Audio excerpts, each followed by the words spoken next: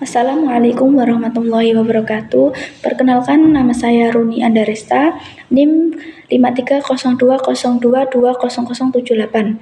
Di sini saya akan menyelesaikan tugas UTS filsafat ilmu, yaitu membuat video deskripsi filsafat. Di sini saya akan menjelaskan beberapa pertanyaan. Yang pertama itu, mengapa kita belajar filsafat? Studi filsafat memiliki beberapa manfaat penting. Pertama, filsafat membantu kita mengembangkan kemampuan berpikir kritis dan analitis. Ini membantu kita memahami dan mengevaluasi argumen, konsep, dan ide-ide yang kompleks. Kedua, filsafat membantu kita memahami pertanyaan-pertanyaan mendasar tentang kehidupan, realitas, pengetahuan, etika, dan nilai-nilai. Ini membantu kita memahami diri kita sendiri dan dunia sekitar kita dengan lebih baik. Terakhir, filsafat juga memberikan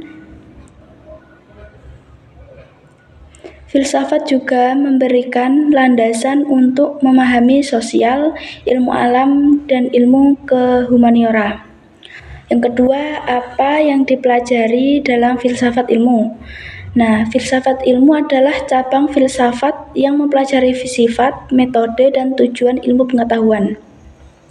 Dalam filsafat ilmu, kita mempelajari pertanyaan-pertanyaan seperti apa itu ilmu pengetahuan, bagaimana ilmu pengetahuan berbeda dari bentuk pengetahuan lainnya, bagaimana ilmu pengetahuan berkembang, dan apa yang membuat metode ilmiah efektif.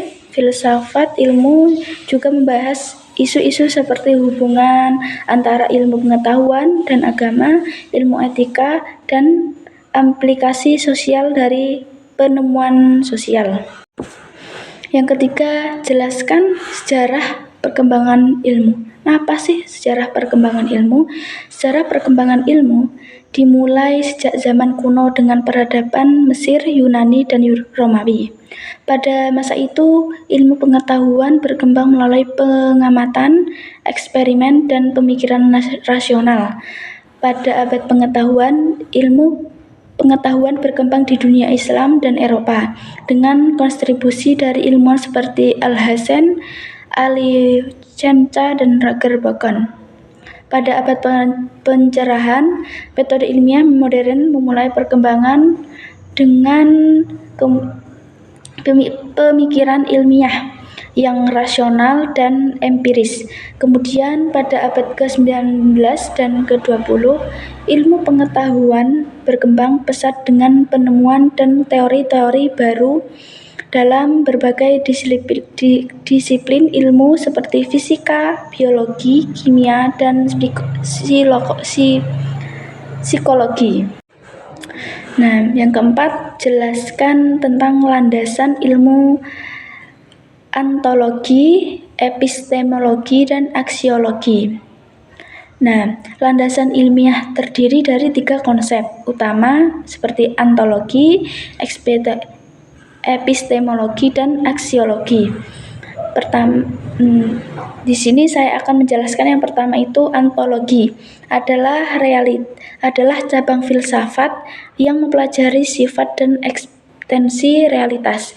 Ini mencakup pertanyaan tentang apa yang ada, bagaimana hal-hal itu berhubungan itu sama lain, dan apakah ada realitas yang objektif atau hanya subjektif. Yang kedua, epistemologi adalah cabang filsafat yang mempelajari sifat pengetahuan dan bagaimana kita memperoleh pengetahuan ini mencakup pertanyaan tentang sumber pengetahuan, batasan pengetahuan, dan apakah pengetahuan itu objektif dan relatif. Dan terakhir, aksiologi adalah cabang filsafat yang mempelajari nilai dan etika. Ini mencakup pertanyaan tentang apa yang baik dan buruk, bagaimana kita harus bertindak, dan bagaimana nilai-nilai mempelajari pengetahuan dan tindakan kita. Yang kelima, dan pertanyaan yang terakhir, jelaskan beberapa macam dan pengetahuan dari teori kebenaran. Ada beberapa teori kebenaran yang berbeda dalam filsafat. Beberapa antara lain adalah teori korespondens. Kebenaran adalah kesesuaian antara pertanyaan dan fakta di dunia. Yang kedua, teori koherensi. Kebenaran adalah kesesuaian antara pertanyaan dengan pertanyaan lain dalam suatu sistem atau kerangka pemikiran yang konsisten. Dan yang terakhir itu teori pragmatisme. Kebenaran antara kegunaan atau efektivitas sesuatu pertanyaan dalam mencakup. Dan sekian dari pembahasan saya. Wassalamualaikum warahmatullahi wabarakatuh.